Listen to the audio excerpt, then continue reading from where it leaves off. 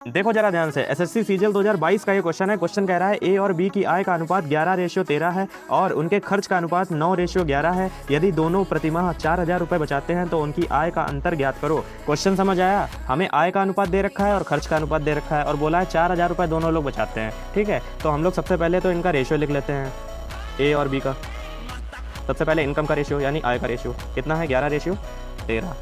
फिर एक्सपेंडिचर यानी खर्च का रेशियो कितना दिया है, 9:11।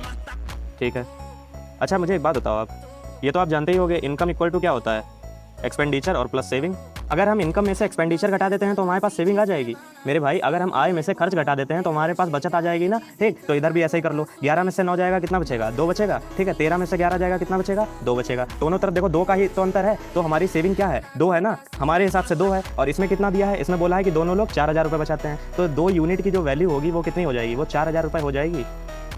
समझ गए? तो 1 यूनिट की वैल्यू कितनी हो जाएगी, 2 दूनी 4, यानी 1 यूनिट की वैल्यू कितनी हो जाएगी, 2,000 रुपये हो जाएगी। ठीक, अब हमें 1 यूनिट की वैल्यू पता चल गई। अब हम ये देखेंगे हमसे पूछा क्या है, उनकी आय का अंतर ज्ञात करो, यानी ए और बी की आय का अंतर। तो ए की आय कितनी थी, 11। ठीक है, और बी की आय कितनी थी, 13।